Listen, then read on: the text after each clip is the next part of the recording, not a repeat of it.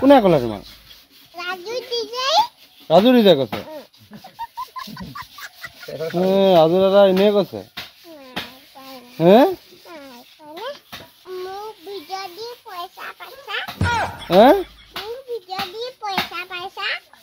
হয় নি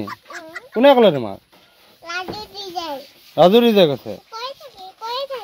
কৈ থাকে হে 20 টকা কি কৰিবা তুমি 20 টকা হয় নি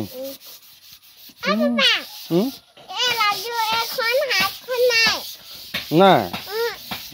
উপায় নাই আৰু কি কৰিবা এতিয়া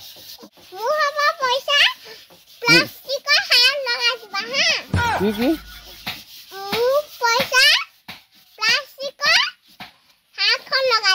ৰাজু দিছে নাই বাকচত ভাল হৈছে বোলে